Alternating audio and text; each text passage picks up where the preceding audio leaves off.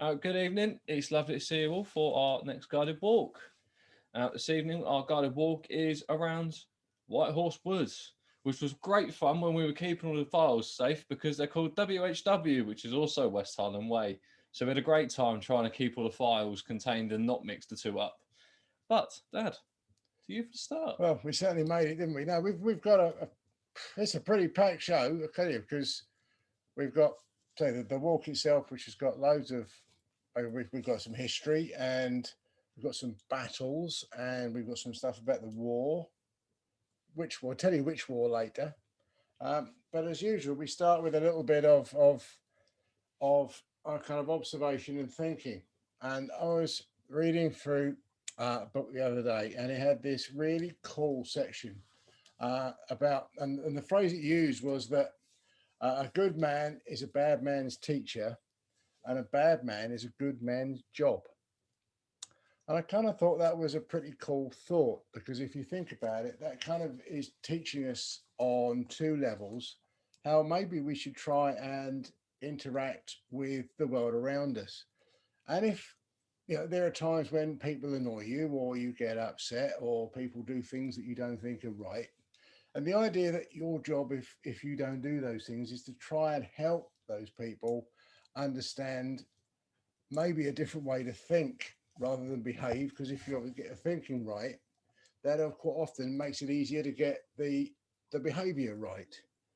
But what I really thought was interesting was that apart from that kind of separate thing with different people and the way that the world should work, is it then makes the point of we all are good people and we all do things that aren't as good, or maybe it's about how we talk to ourselves, because quite often we talk to ourselves in a way that's far worse than we ever actually talk to anybody else. And I imagine if you think about it, there are times when things have happened and your own self-talk has been of a level where you'd never say to a friend or a colleague or even a stranger the things that you'd actually say to yourself. And I think that's quite a revelation of thought. Got another lovely example for that one later, but we're going to save that one for the end for you to go away with.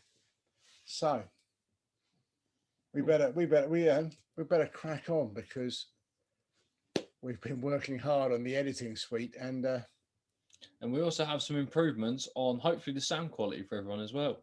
So if you'd like to let us know, especially in the chat or whatever, if the sound is better, because we found a button. We found a button. It's amazing how enthusiastic you can get about a button when it does things special. So hopefully this button will change our little world.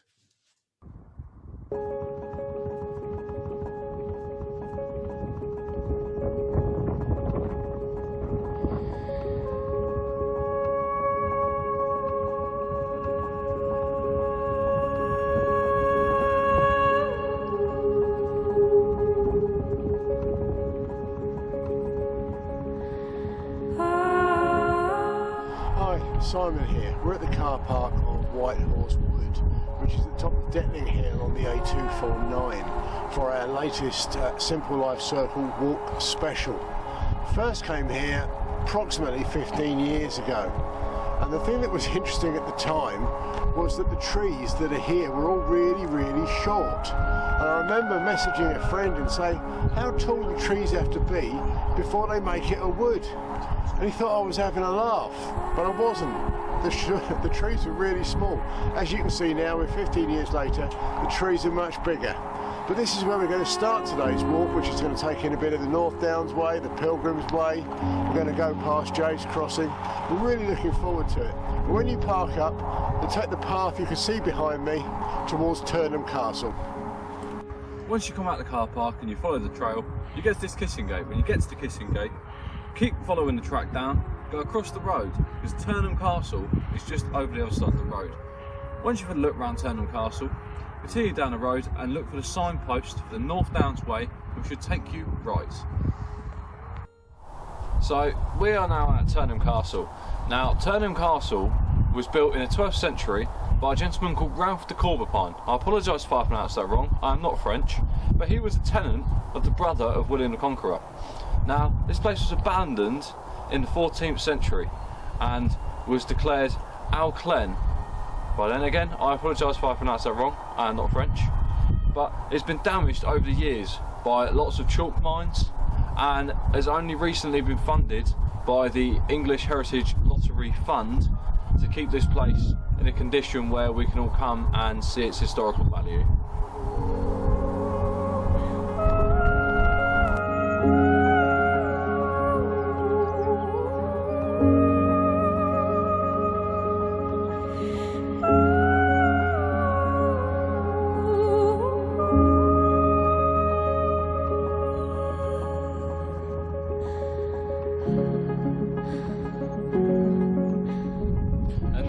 Whilst we're here, we've just remembered that when we came here 15 years ago, so I would have been 6, we had a lovely golden Labrador, and we came in here, and at the time they had goats in here. She decided she was going to chase the goats, run around the whole area. We had a great time trying to catch her, but I still remember that quite vaguely from all those years ago. A short way down the hill, you'll see the sign for the North Downs Way. Turn right and head for Detling. Keep following the North Downs Way and go up the steps. Oh, you come up that hill, it's quite knackering. I think it's safe to say when we walked the North Downs Way, we're happy we went down the hill. Me too. I thought I was fairly fit. I'm knackered. I think that's Anyway. me and you both. Onwards. As you walk along the North Downs Way and you're coming towards Detling, look south on the banks of the North Downs and you'll see a typical kind of heathland or scrubland area. It's full of dogwood that you can see right in front of me with the red stems. There are hazel catkins at this time of year everywhere. The trees either side of me are wayfaring trees, a kind of viburnum, and if you look to my right you'll see teasels.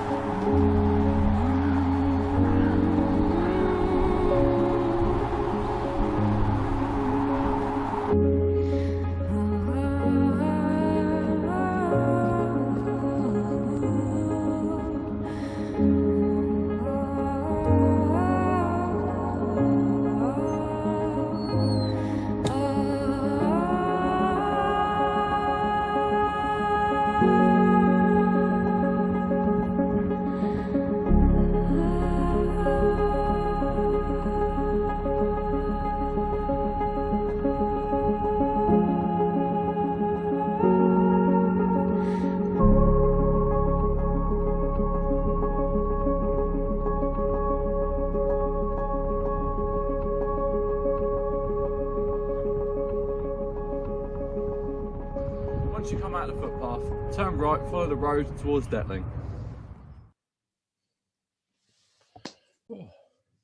So, one of the things that, one of the changes we're making, obviously we came to the end of the morning routine section and we're going to replace it for a little while with an animal or plant of the week. Something that's caught our attention and we felt was a really valuable addition to the show. And it's funny how quite often we don't actually make those choices, they're made for us. And when we sat down for lunch, we sat down, Ross actually got out his rucksack, camera bag, waterproof to sit on. And as he took it out and put it down, a ladybird came down and landed on it. And she stayed there for quite a while. And because it was beginning of March and it was still pretty chilly for the most part, we figured if she'd actually come out and sort of say, "Wait, look, here I am," that it made sense to do a little bit of a feature on the ladybird. So Ross is going to do this one, and pay attention because he's got a little quiz for you at the end. So here we go. I'll play you the video of the little ladybird that came to visit us. Now, this was the ladybird that came to visit us. And since then, I've done a lot of digging. I found out a little bit more. So within ladybirds, there are so many different types and different species and how they're all named and different colours and but they're estimated around 5,000 species of ladybird in the world. 5,000. Yeah, Wow. but that's because of their different colours. There's different body types. I mean, the most common ones you'll see are red, orange, yellow, and black. And because of that, and there's our video cut off by our co-host who decided he was going to help us out that day. But because of their different colours and their different their different spots, they're almost the patches, the blotches on their backs means there are so many different types. If you think about how you can identify people, you go through skin color, eye color, face shape, ear shape, hair color, hair shape, hairstyle, height, weight, figure. There's so many different ways of describing people that it transfers over to ladybirds as well. They have different colors they come out in different colors because of the different poisons within ladybirds, because that is one of their defense mechanisms to keep predators away from eating them. They have different colors for the poison. So if you're black with orange dots, someone's going to look at you and go, I don't want to eat you. You don't look very tasty. Because all them different colors shows that you've got all these different poisons that you don't want to get eaten for. And if that doesn't work, a ladybird plays dead. That's their other defense mechanism, playing dead. What you saying the other day that one of the colours means that if you eat them, you stand, if you're another creature, that you stand a really good chance of dying. Another of the colours is you just going to get pretty sick. Yeah. Black is the worst. You don't want to eat a black one. Black ones is going to absolutely, destroy your insides with the poison. Yellow is not so bad. It's vibrant, but you aren't it's not as lethal, should we say. That's the easiest way of describing it. Bit sick. Yeah, bit sick. Bit sick. But in the UK itself, the one that is most common, which was actually one in the video as well, is the 7-spotted ladybird. Now, that's a little hint into the quiz, but we'll get into that in a minute. And that is the most common, and it's named because it's got 7 spots on its back. There are millions of different types, but that is the most noticeable and most common in the UK. But farmers love ladybirds. Farmers love ladybirds because they eat all of the aphids and other parasites that go onto their crops. So if you're ever out in a farm field and there's cabbages growing or something that's fairly low to the ground that's easy for things to eat, have a look for ladybirds, because there might be a fair few of them going around in the springtime and eating those parasites, because ladybirds are carnivores. So they eat those aphids, they eat those parasites that are floating around that are trying to destroy the crop itself. That was ladybirds are carnivores, not ladies. Well, we don't know. They're also, their main predator is birds. Birds go out and birds will eat them. They're small, they're easy to see because they're bright colours. I'm not 100% sure on how the poison affects birds, but if they've been eating them for centuries and for years, they should be fine from eating them. Well, it's going to be a bit like, we'll be talking a little bit about the yew tree later, and yew trees are poisonous. Yeah, the berries are poisonous, but not if you're a blackbird, because blackbirds can eat yew berries. So it may be the fact that some species of bird actually are immune to the poison of a ladybird in the same way that some of them are immune to the poison of yew berries. So maybe it's a case of the colours also are a bit species specific. Mind you, I don't think we're going to set up any tests anytime soon, are we? But it's food for thought, or not food for thought, depending on who you are. I mean, what you might be thinking as well is, how do ladybirds reproduce? Well, ladybirds actually lay eggs, and they're very similar in the way that frogs lay eggs. They're in clusters. They lay them on the underside of a leaf. So like you would see frogs, they would lay them on the bed of a river or a pond. Ladybirds lay their eggs on the underside of leaves, because if they're on the underside, then they can't be seen by things to be eaten because they're hidden by the leaf. It gives them shelter because it keeps them away from the rain, and it's more likely to keep them away from the wind because a lot of leaves you'll see will sit like that. And if you look at the way a tree or a bush grows, it grows towards the sunlight. And where it grows towards the sunlight, you'll see the leaves will drop in the way so the sunlight hits the back of the leaf, which then keeps the eggs warm but doesn't make them too hot. And ladybirds themselves, they live for around a year. So when you start to see them, enjoy them, because it's possibly the only time you'll ever see that ladybird. The next one will be a new one because they only live for such a short amount of time. But when they're growing, they're very similar to snakes because they shed their skin. When it comes out of the egg, it sheds. It then gets a little bit bigger. It sheds. It learns to fly. It sheds. So you think how a snake, as it goes through its life, it sheds its skin and it pulls away from it. Ladybirds do the same thing. A bit like dragonfly larva. Yeah. That's cool. So, following on from that, I have lots of aphids on my rose shoots. Could do with some ladybirds. I'm sure they won't be long and they'll all be out in force. That's it. So maybe it is a case of, do you think we could set up a ladybird farm? I don't know. We'll have to Cool. have a look. Maybe we can make a killing. Just think about it, buy your cure for aphids here. 10p a ladybird. Yeah, well, yeah. Or 10p for 10 or something. Well, we don't want to under budget ourselves. No, we'll have to look at that. See what the marketing value of ladybird selling is. Not flogging, selling. But following on from that, I've put together just 3 different types of ladybirds, and I would like to see if you could name them. Right. Following on from the UK's most common being the 7-spotted ladybird. See if you can name these 3. Excuse me, co-host. I've got to try and operate the computer now.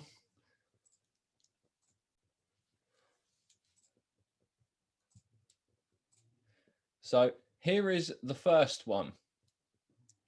Now, if you can name it, please put it in the chat. Is this? Do we think this one might be a bit of a giveaway?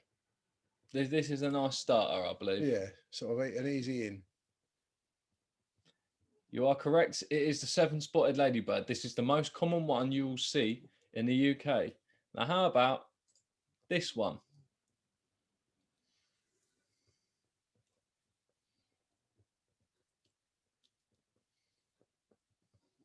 Cool. You would be correct again. It is only a 2-spot ladybird. I was wondering fairly straightforward. I was wondering if that a bit at the bottom could be like a tail, maybe a two and a bit spot. two and a bit spot. Well, there's the first 2. Now, the final one might take you a little bit longer.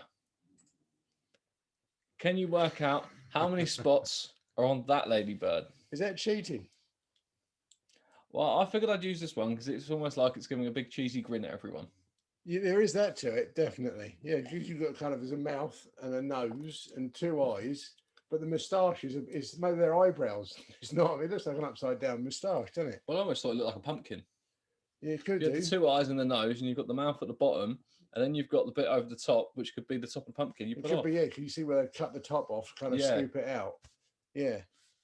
It's not called a pumpkin ladybird for anyone No. thinks it is. Or a face. You're actually all wrong. It's a 14-spot ladybird. 1, 2, 3, 4, 5, 6, 7, 8, 9. You see how eagle-eyed you all are? I can do 11. There 1, is 2, 3, 4, 5, 6, 7, 8, 9, 10, 11, 12, 13. How many is it? 14. I can count 13. There are 14. I have checked it earlier. Because it was 1, 2, 3 on the bottom So of you've the got left, 1. 4, 5, 6 on the bottom of the right. Now, when you count, the ladybirds are split in half. So you count a half and a half. So there's 1, 2, 3, 4, 5, 6, 7, 8, 9, 10, 11, 12, 13, 14. Well, what are those 2 by its bottom then? I reckon that's 16 on those terms. Well, when I checked, it was 14. But there you go. That is just a small start to ladybirds. There are 5,000 species, and that's only 3 of them. It's a good job we didn't have them all in the quiz. It would have been a very long It would have quiz. been a very long show. A very long-winded quiz, I think, at Yeah. that. That'd be one, yeah. So, Right. following on from the Ladybirds, why don't we watch part 2? Parts. I think that'd be a good plan.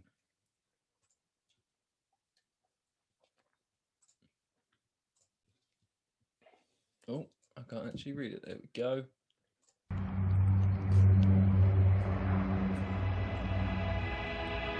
As the sign says, take the road to the right of the pub.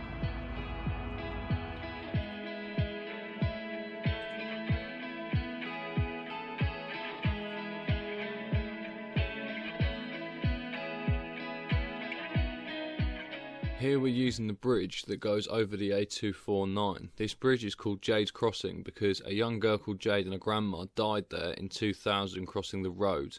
The bridge was built after a 20-year campaign after 4 people had died. But you can see from the video here how loud the traffic is and how fast the traffic is moving.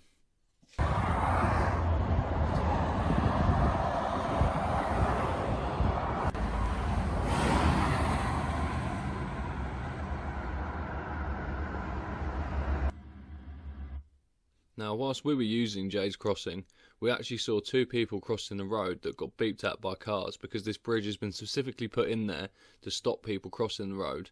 But clearly some people still don't quite understand that after 4 people dying.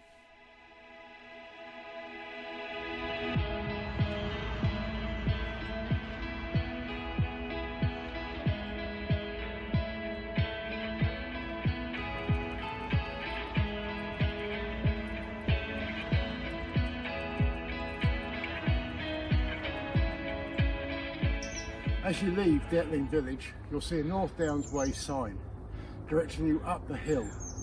Don't go up the hill. If you look straight on, there's actually a path at the bottom of the hill, parallel with the road. Take that. Once you've entered the woodland, you'll come to this fork. You want to take the lower left path. Avoid taking the right path. Once you've reached the end of the woodland area, you want to take the footpath up the hill through the larches.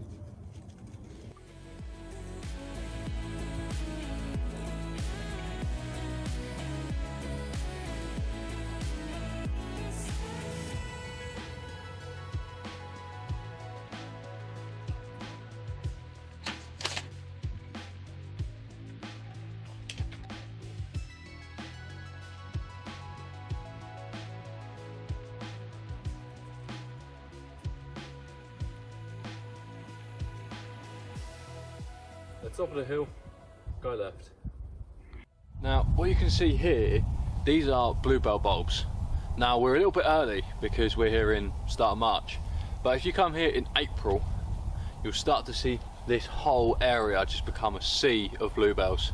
They'll all start to come out and they cover any woodland. They bring so much colour. Locally, we have a very large woodland which is filled with plants, bluebells, but the whole sea, it just erupts in colour and it is truly brilliant to see. So if you're ever anywhere near some woodland in April time, get out and see some bluebells. When the path divides, go right up the steps.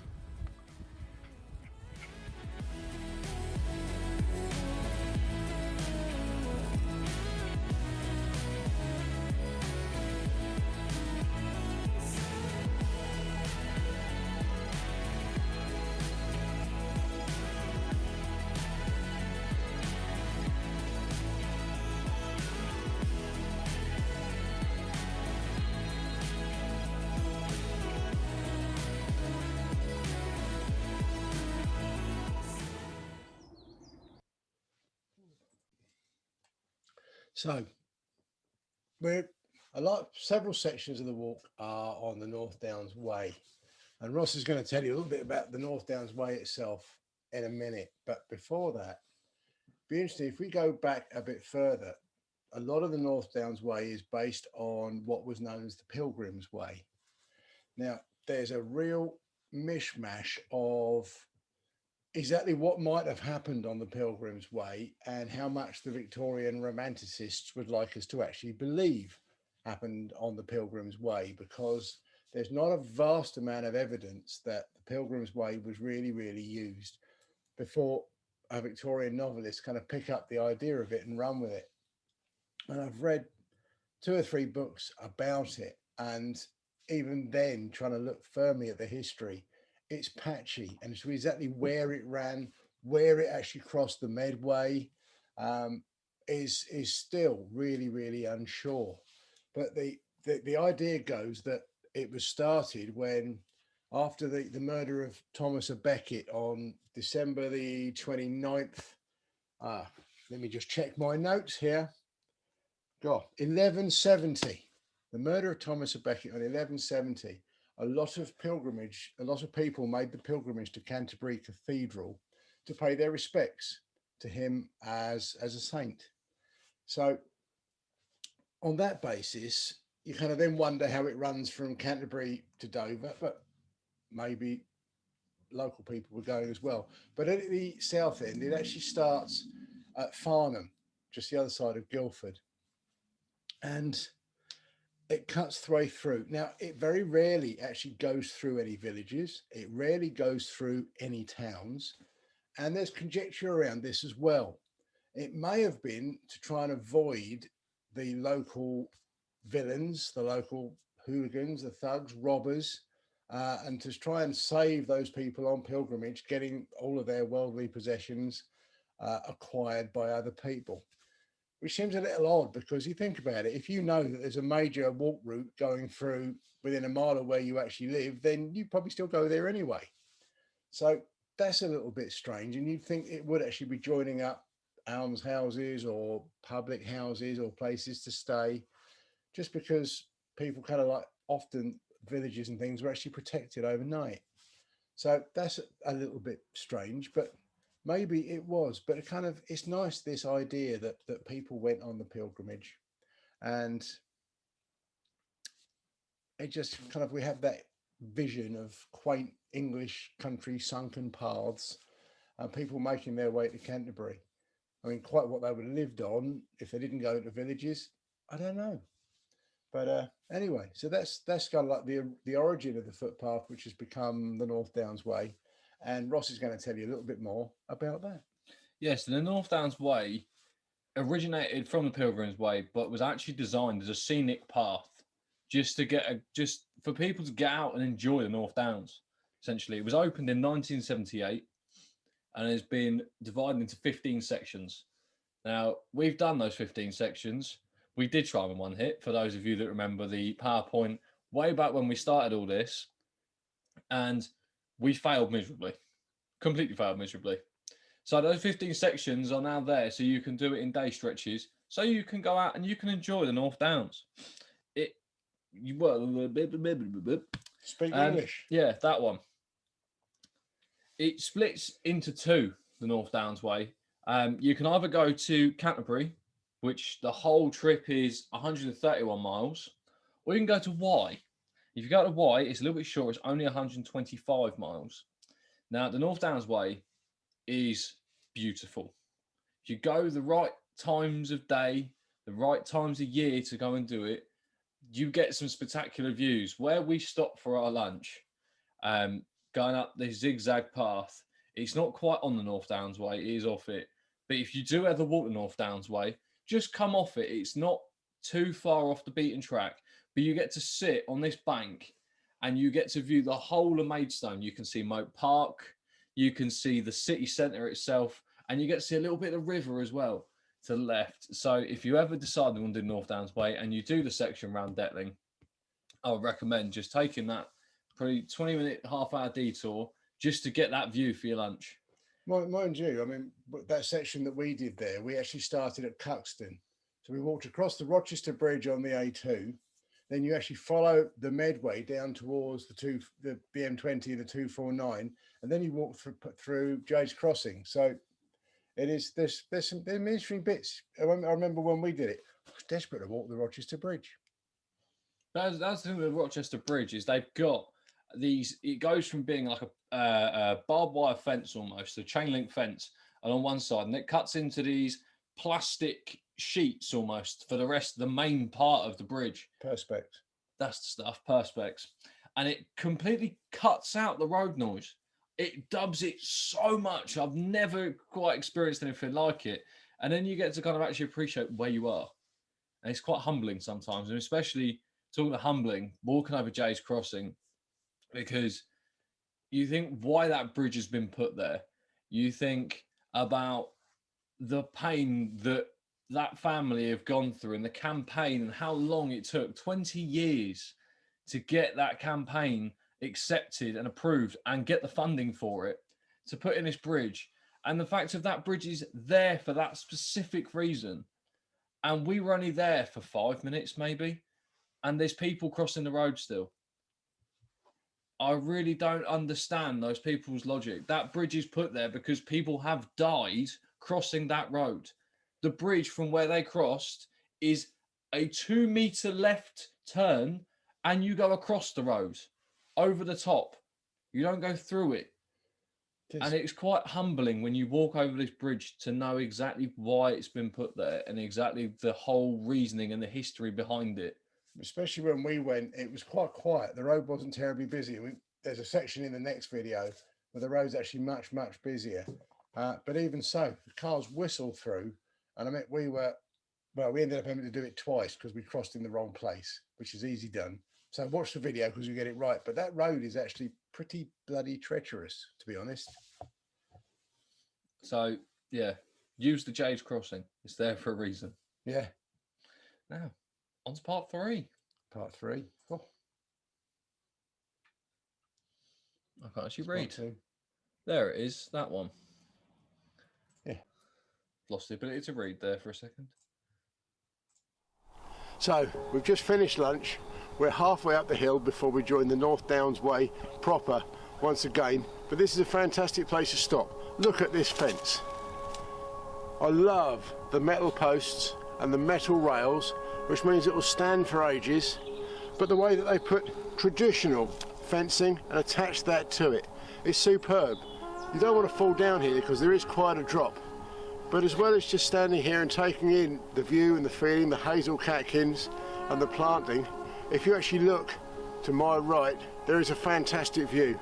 Once you get over the catkins, the bud there, there's an oak tree. Just take a breath of that Kent countryside.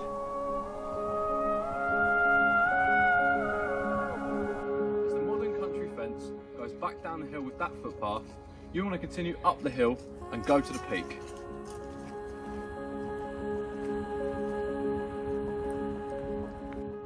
So we're continuing up the hill and we've come into this quite large strand of yew trees, and it's got dark.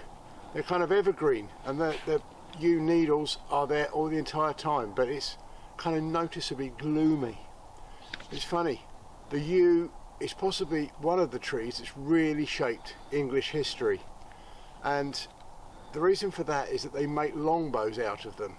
Well, they used to make longbows out of them back in the day, and that's because the heartwood has got a very different elasticity to the main bulk of a branch, so it makes a really, really good springing motion. Now, the longbow was invented by the English and used to great effect at the battles of Agincourt and Crécy. In fact, it was the longbow that won both of those battles because of the distance they could actually shoot arrows. They actually took out most of the French soldiers before they even got close enough to begin hand-to-hand battle. That's pretty awesome. But quite often yew trees can last for many hundreds of years, sometimes even thousands. That's unreal. So next time you see a yew, stop, go up to it, say hello, say thank you, put your hand on its trunk and celebrate its magnificence, because without them our world would probably be very different. So when you reach the top of the hill, turn right, continue along the North Downs Way.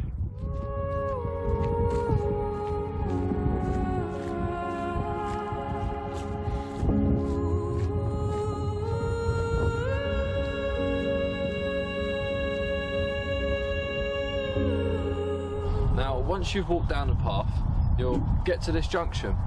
Now you want to avoid going right and following the North Downs Way. You're coming off it again and you're going left. I will tell you a little bit about the North Downs Way. Now we did the North Downs Way. It was our second walk. We'd finished the West Highland Way a year before, and we thought we were going to walk it in the same way as we'd done the West Highland Way, which was the packs, and we were going to walk it in one big hit on day stretches. But what we discovered 3 days in is you cannot do that. It is not geared up and is not as popular as the West Highland Way, South Downs Way and Hadrian's Wall to walk it in such a way. What we did is we did 3 days and we found out it was way too hard. So what we ended up doing was calling it there, and we ended up doing the walk in day sections. So we would park the car at one end, get a taxi to the other and walk back to the car. Or we would park the car at one end and we would get a lift and be picked up at either end.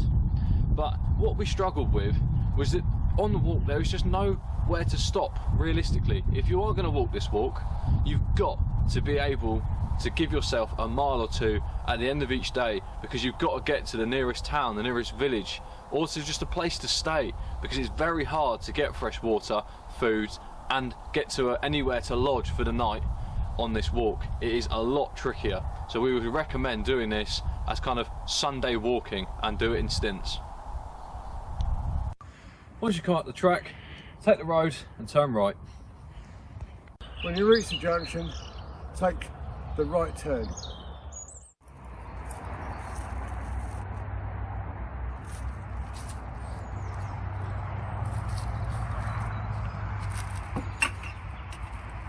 There are some areas which have been put in place on the edges of roads. And this one's been put in by the Kent Wildlife Trust. It's just a small area when you come off the main road to come and sit down. But a lot of people have used it to just come along and have left their rubbish when there's a bin right by it. So if you are at these places, just take a couple of minutes, and if there's any litter lying around, just pick it up and put it in the bin. Once you get onto the A roads, follow the footpath on the right, go down, and then we'll be crossing the road very shortly.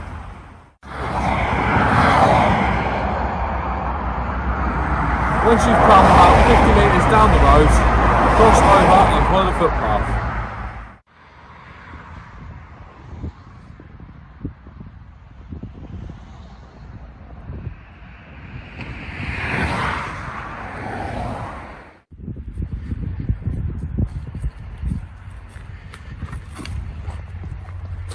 Once you come across the stile, retrace your steps to the right and it will take you back up to the car park. As you come back along the track, you'll pass this kissing gate. You can go through the kissing gate back into Whitehorse Country Park, or alternatively you can retrace the route we came out on and go back down the steps that you can possibly just about see behind me. So we're actually in Whitehorse Country Park now, and it's quite noticeable that there's lots of young trees here. There's silver birch, there's oak, there's buckthorn, there's hawthorn, to name a few. But what really stands out is just how quickly the clematis has actually grown over everything.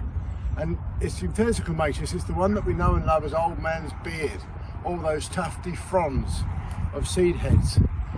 But what's really cool about it is that, unlike ivy, which will, if you like, cover things, almost strangle them, sap them of their life and their energy in some ways, the clematis is just a weight. It just climbs up and uses other trees to allow it to climb the heights. But it kind of looks beautiful. Love it. Now, if you didn't know this is a man-made wood, you can see from behind me they've all been planted in a line. Within that line you've got maple, silver birch and acacia, amongst many others.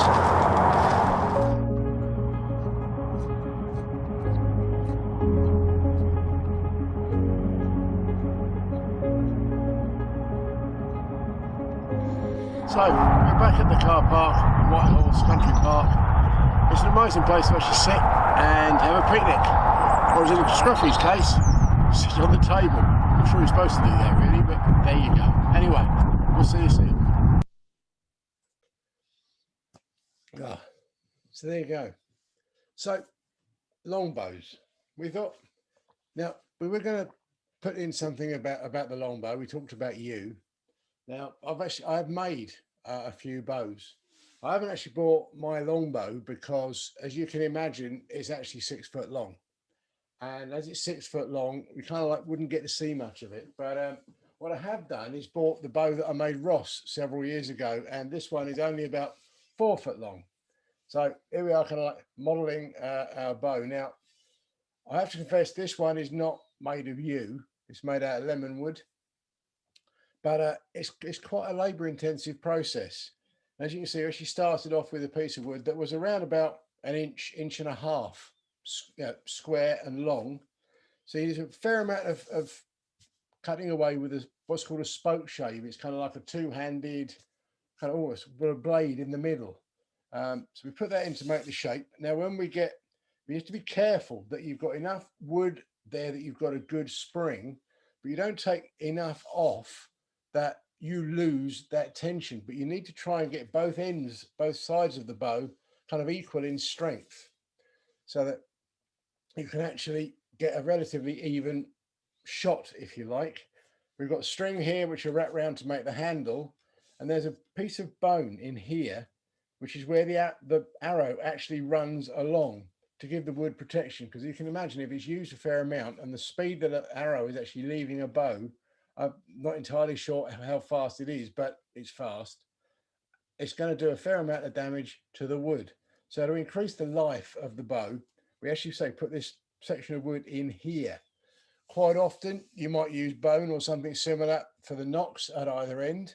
This one, we've just purely simply taken a groove out of the actual bow itself.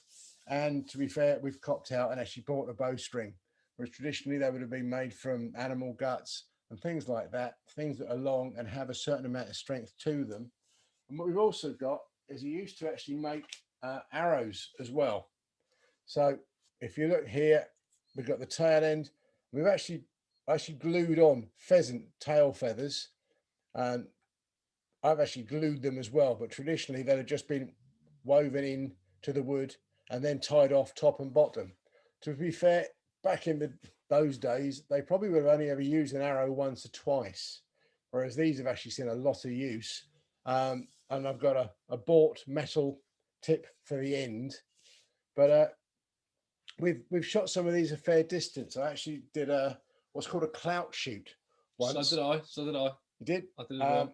With my longbow, which is a little longer and a little bit more powerful, but it would put an arrow over 80 yards, and with a yew properly made and properly sorted out, you could put an arrow over around about 200 yards. Now, clout shoot is not so much like target shooting, because it was what they used to do to actually practice their archery skills. So whereas you think with a target, you shoot straight, a clout shoot, you actually shoot up into the air to get that arc so that you get the distance when you're shooting. And what they actually did with a clout shoot, because they'd have people that would be able to shoot with bows that could shoot 80 yards, 100 yards, 150 yards, and 180 yards. And they set up 4 target areas, which were about 5 meters square and roped off. And then inside that, you've got the main target, and you've got 4 smaller targets around it.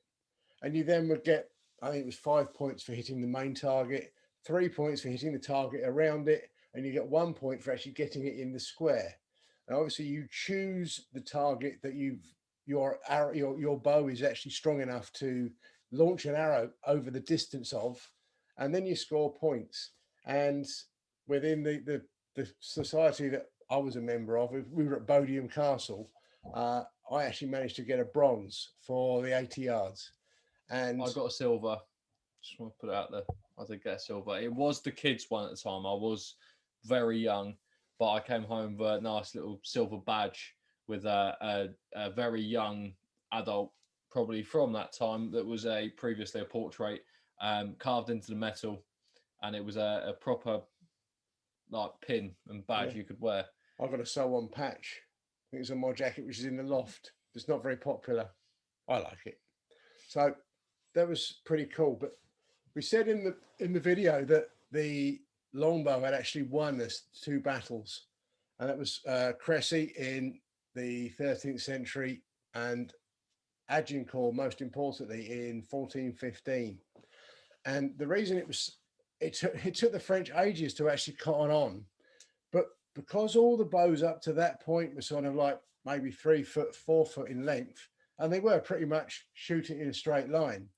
And we came up with this idea of the longbow. And I don't know who is technically awarded with the knowledge of actually inventing the longbow, but what they actually the beauty of it was is say you could shoot over 180 yards, and there had never been done before then. So they actually managed to take out several of the cavalry. They took out an awful lot of the infantry, and the battle was almost won. It was, in fact, the British contingent at Agincourt was really, really small. And it was one of those in the odds that the French really should have won it. They had the cavalry, they had the numbers, but we had the longbow. And the longbow changed our world, and it helped us to win what at the time was, well, as we look back, was called the 100 Years' War. So that's pretty awesome. And that's down to the yew tree.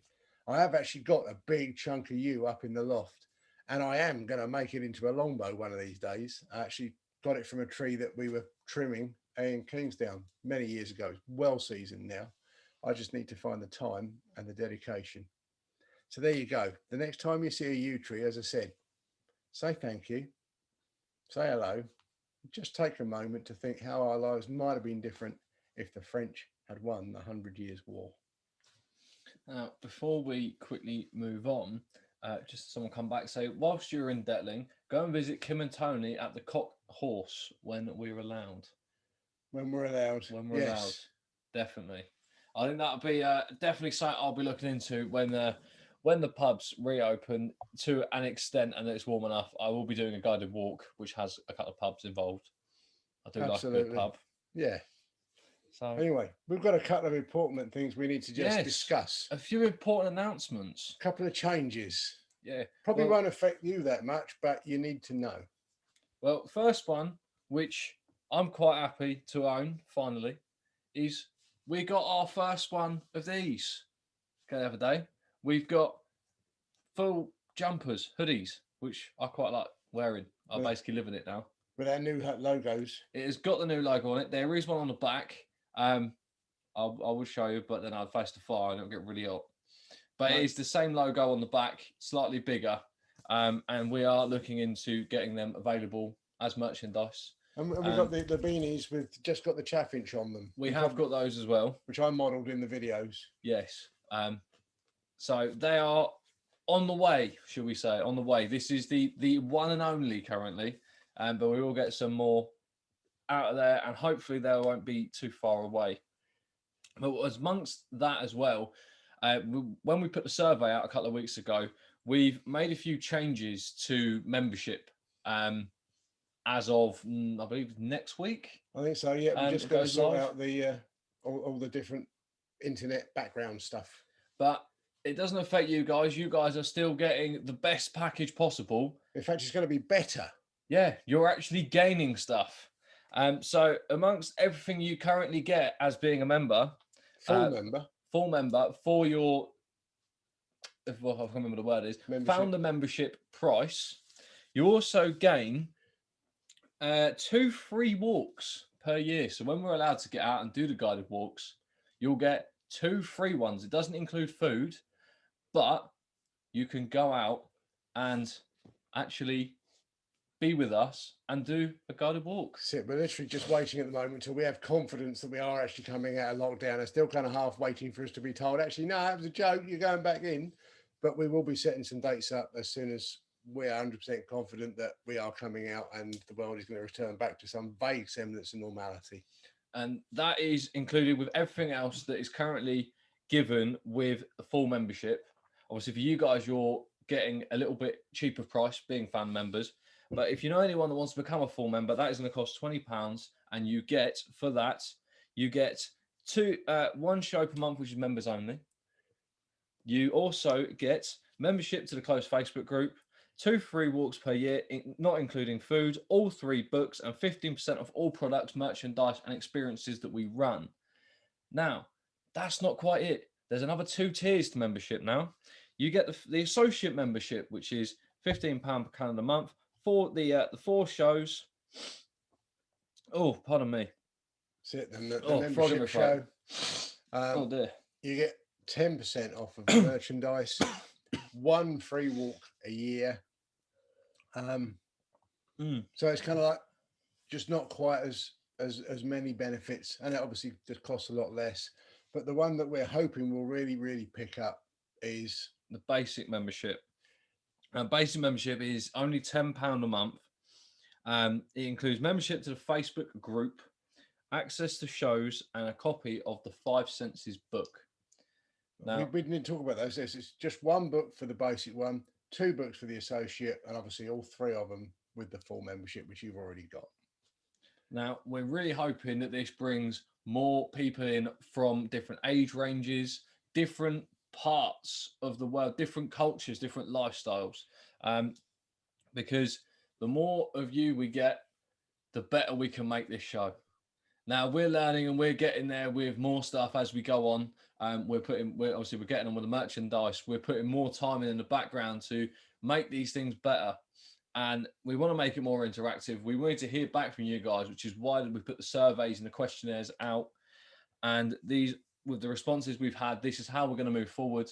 So if you do know anyone that wants to come along, get them to sign up for a guest show or give us their email and we'll get them in. And if they sign up, you still get £5 off your membership.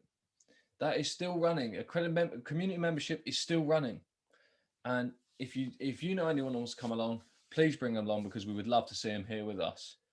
Yeah, and also just to add to that, obviously we've got speakers coming in as well, and we've got on 2 weeks today, we've got Trevor from the Fox Project coming along to do a presentation about the Fox Project. On the 1st of April, we've got George coming along from Deal History Society, and we're looking at possibly running some events and bits and pieces with George and the History Project, because obviously a lot of what they do is also outdoors. So we're going to come on and talk about some ideas and just see what you might like to get involved with. So we're going to talk about that.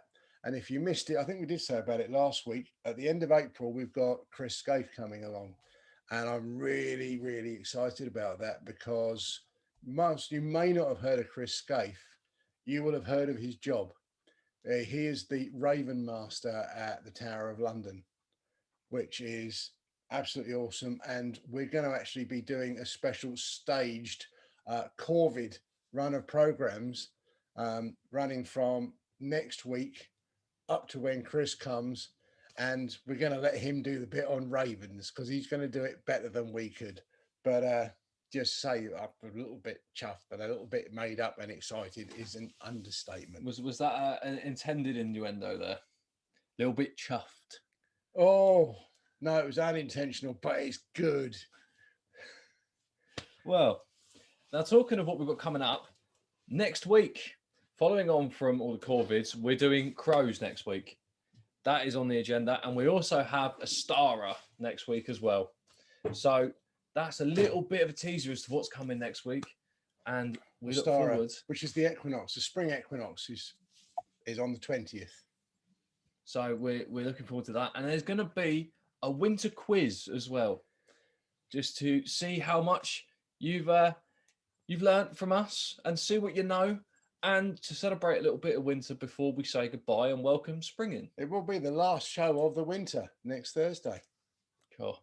Hopefully we get a heat wave. That'd be nice. T-shirt and shorts, I don't mind that. Absolutely. So that is everything. We love doing these shows. We love having you guys here. Thank you very much for coming. It has been amazing. And I'll just pass to Dad now for the last few words. I've just had a thought. Let's see if we can find how many species of ladybird can we get in the Facebook group this week.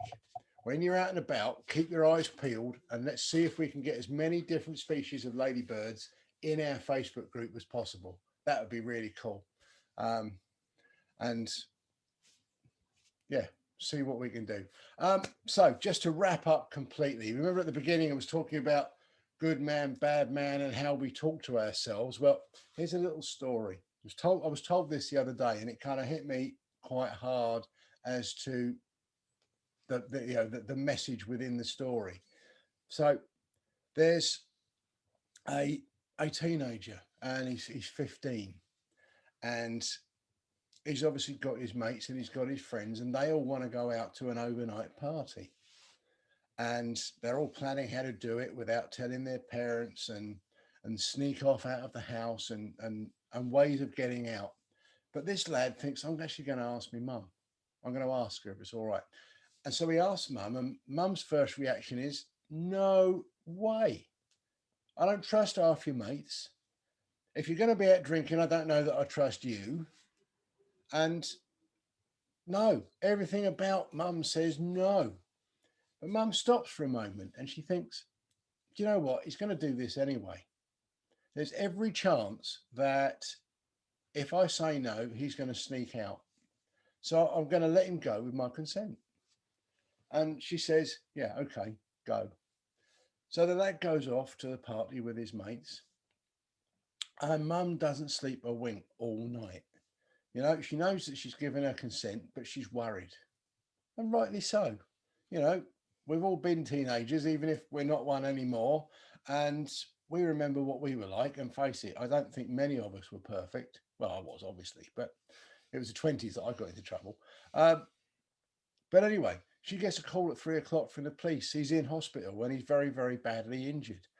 And she's, oh my God, everything I ever thought possibly could be true. And she takes off to the hospital, and he is very, very, he's been beaten up, and he's also drunk way too much. So there's alcohol floating through him, and he's taken a bit of a hiding. And she's telling her friend the next day. And her friend says, well, it's all your fault, isn't it? And she stops and, yeah, well, what do you let him out for? What do you let him go out all night? He's gone out and got a kicking. He's got a hiding. He's ill. He's injured. He's in hospital. It's all your fault. You'd be thinking, oh, God, I don't need friends like that. But what if you said it wasn't actually a friend that said it? It's the language we say to ourselves. We talk to each other worse than we talk to our friends quite often. And sometimes we just need to get a grip of our own thoughts and our own emotions that go with it, because you can't have an emotion if you haven't had a thought. And if you change your thoughts, you can change your emotions, and the things that upset you quite often maybe don't need to upset you. Wouldn't it be cool if we totally took control of our own happiness? There's a thought for next time. Thank you so much for coming. See you next week. Ladybirds. Everyone. See what I can find. I don't go out very much for walks yet.